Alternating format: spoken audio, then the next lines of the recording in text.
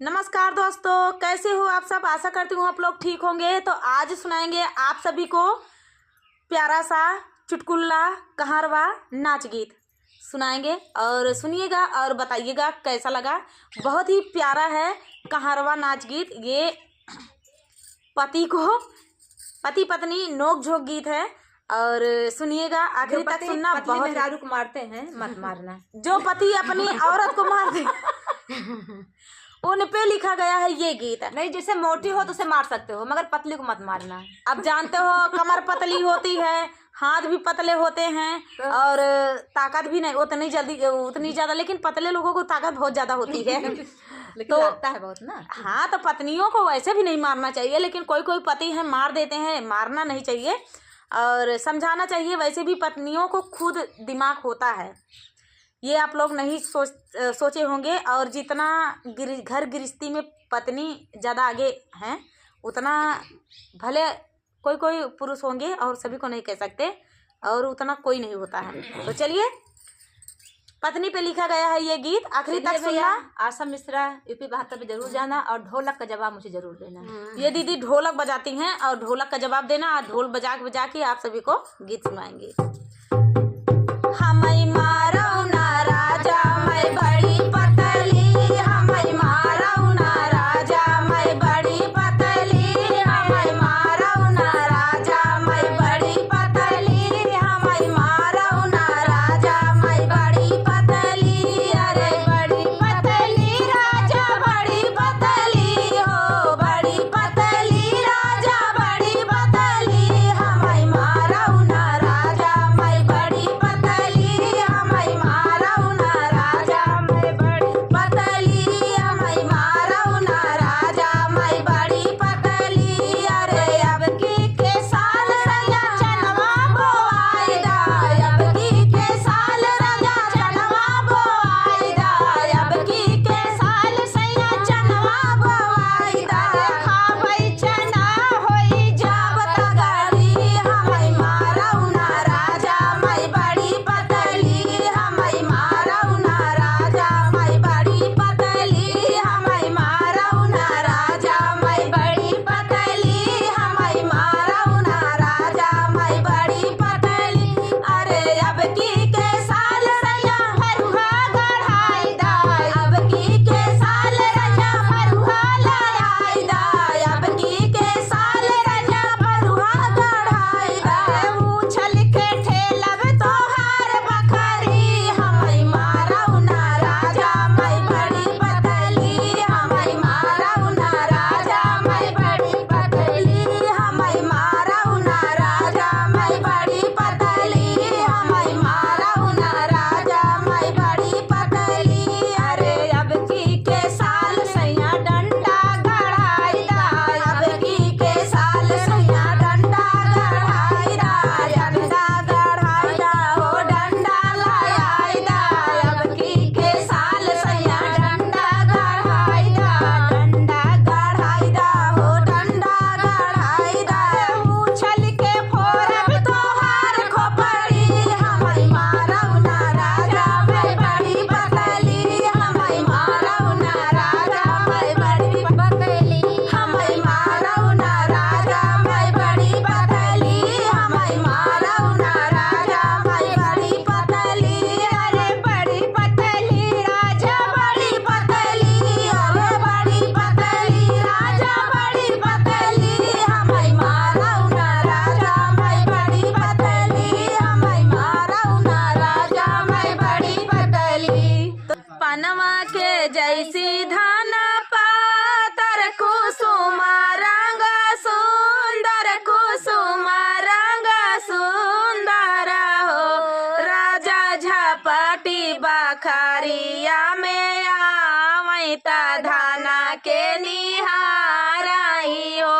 राजा झपटी बखरिया में आवै त धाना के निहाराई हो। दुआरे से उठली है सासू त बेटा से राजा करई, बेटा से राजा करई हो, बेटा का कर ब्या सुंदर रानिया वाला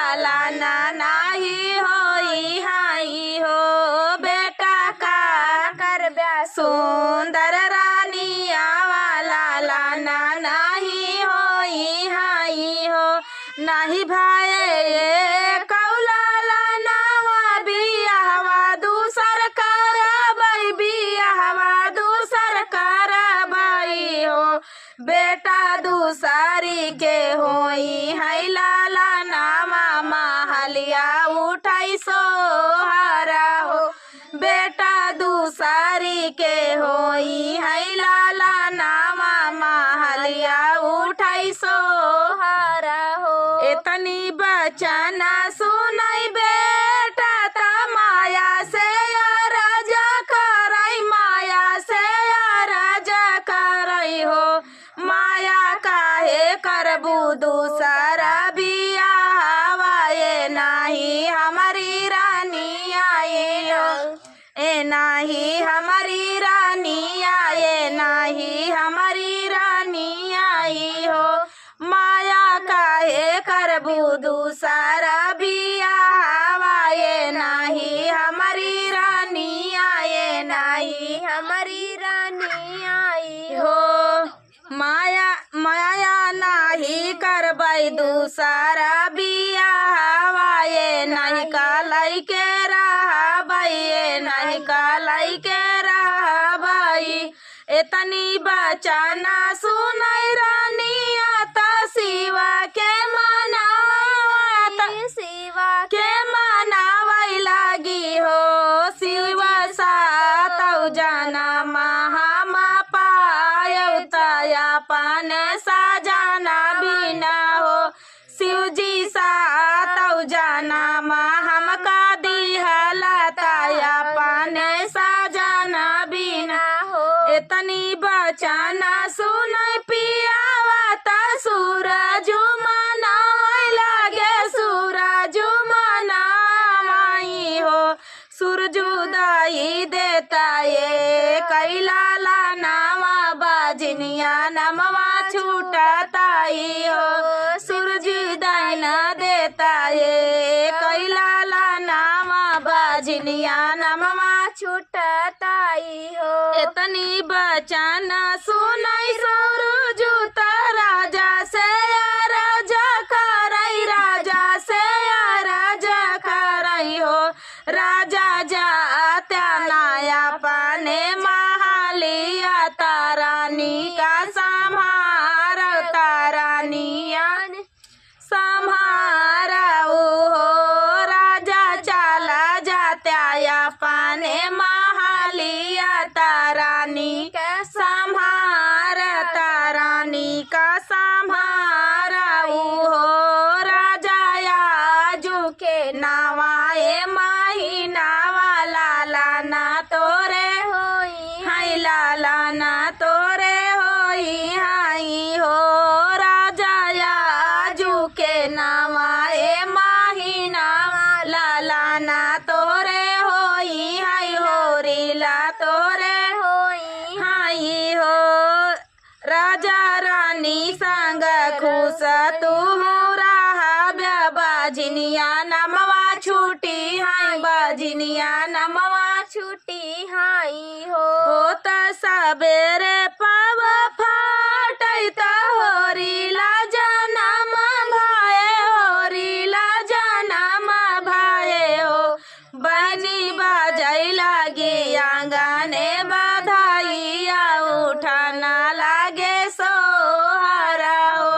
बहनी बाजै लागे आंगने बधाइया उठाना लागे सोहरा हो। चलिए सुनाते हैं बहुत ही प्यारा श्री कृष्णा का सोहर गीत। जब श्री कृष्णा का जन्म हुआ था तब का सोहर गीत है। कहाँ ही बाजेला बधैया ता कहाँ साहा नैया ता कहाँ साहा नैया हो सखिया के करे तभाए हई कान्हैया के हिया गोदिया खेलाई ता के हिया गोदिया खेलाई हो सखिया के करे तभाए हई कान्हैया के हिया गोदिया खेलाई के हिया गोदिया खेलाई हो। मथुरा में बाजेला बा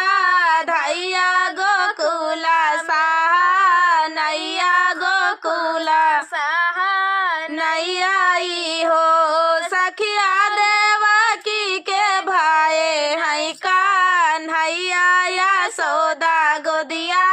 खेलैया सोदा गोदिया खेलाई हो सखिया देवकी के भाई हई कान्हैया यशोदा गोदिया खेलैया सोदा गोदिया खेलाई ओ चलहु न सखिया सहेलिया गोकुलपुरा चलहु गोकुलपुरा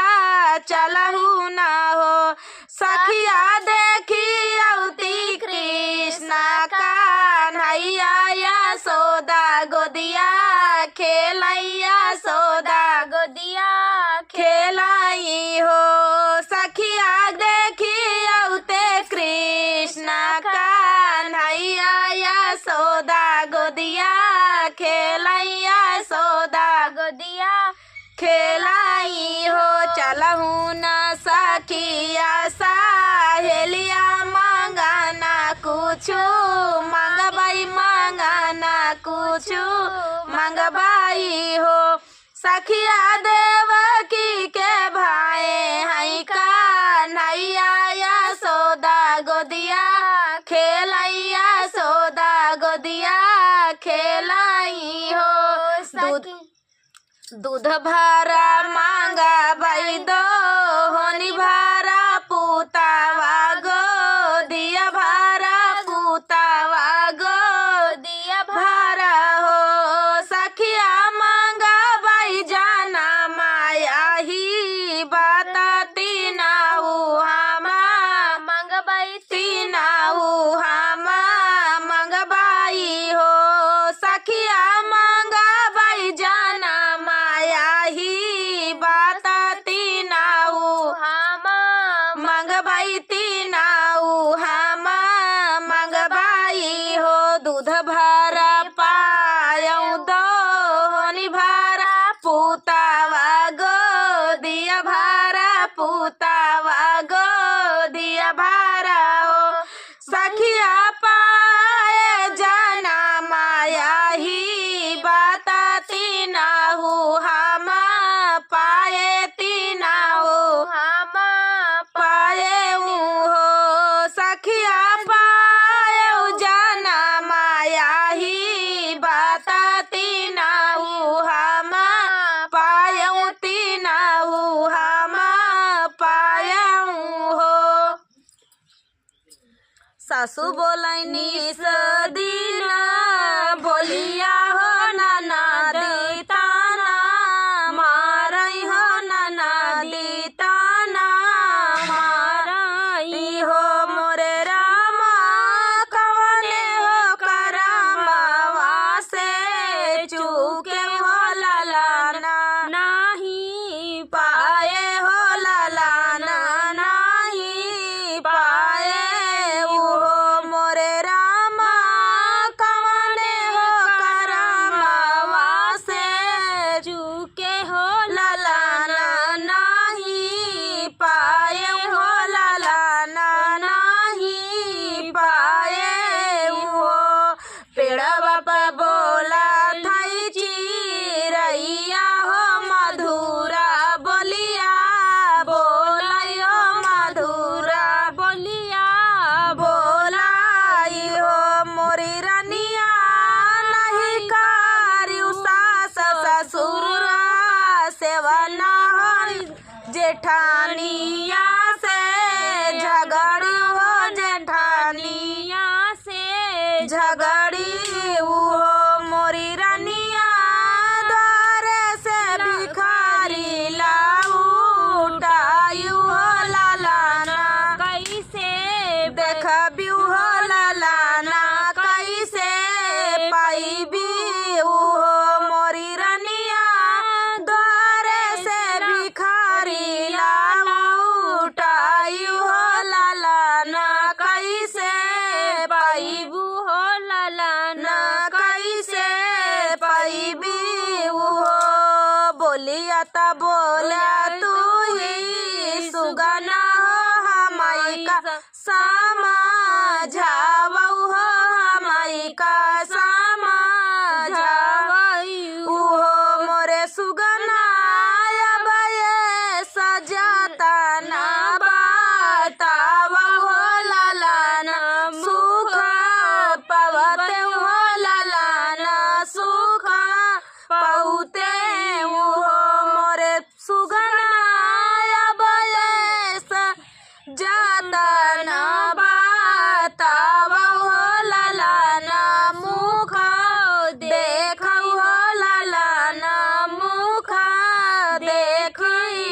हो